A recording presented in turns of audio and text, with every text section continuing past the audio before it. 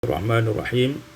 Alhamdulillahirabbil alamin wassalatu wassalamu ala Rasulillah sallallahu alaihi wasallam.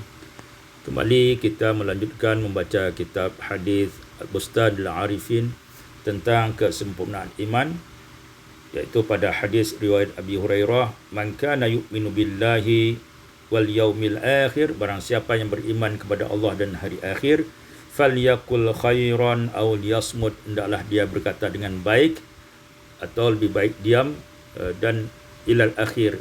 Begitu hadis selanjutnya sampai akhir.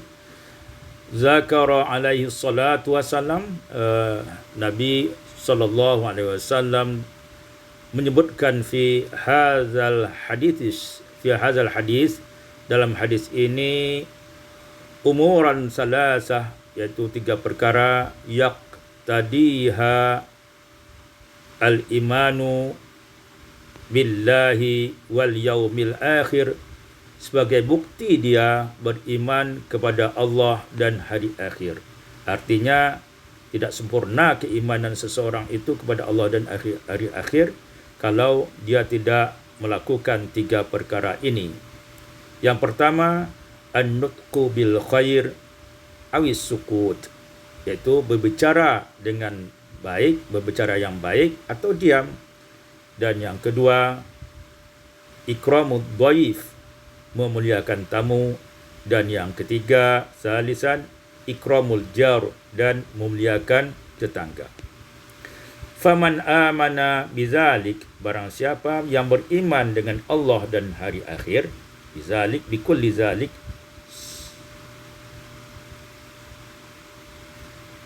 tami'a fi sawabi bil musara'ati ilal khairat,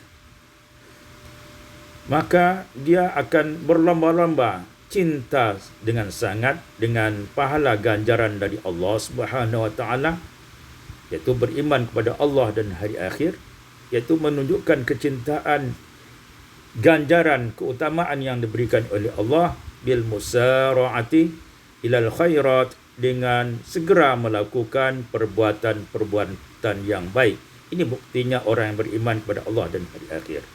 Wa kafa nafsahu, dan menahankan dirinya, anil qabahi was sayyiat, dari hal-hal yang buruk dan yang jelek dan buruk. Qabaih jelek, was sayyiat dan buruk. Amal qaulul khair, adapun berkata yang baik, awis sumtu, atau diam, fasa'adatul insani, ini menunjukkan bahawa kebahagiaan seseorang itu, wa syiqa'uhu, dan celakanya, sengsaranya, fi tarfi lisanihi, tergantung kepada ujung lidahnya. Bagaimana dia menggunakan lidahnya, berkata yang baikkah atau berkata yang burukkah? Maka orang yang ingin bahagia tentu dia mengatakan yang baik atau diam. Wa qad umirna wa qad amarna wa qad amarna, sesungguhnya alaihi salatu wasallam, sesungguhnya Rasulullah sallallahu alaihi wasallam memerintahkan kepada kita, fi hadzal hadits syarif, pada hadis yang mulia ini, bi ahadi amrayni, dengan 2 hal, salah satu dua hal. Yang pertama, imma qaulal khair, yang pertama adalah perkataan yang baik. Yang kedua, wa imma samt, yang kedua adalah perkara diam saja. Jadi 2 pilihan kita yang kita lakukan, berkata yang baik atau diam. Faman lam yatayassar lahul ihsanu fil qaul, barang siapa yang tidak mudah baginya berkata dengan baik, ya, tidak mampu dia berkata dengan baik, wan nafa'u bih, dan memanfaatkan lidahnya dengan berkata yang baik, falyumsik lisanah, maka hendaklah dia menjaganya. Tidak mengatakan sesuatu itu lebih baik daripada mengatakan hal-hal yang tidak baik.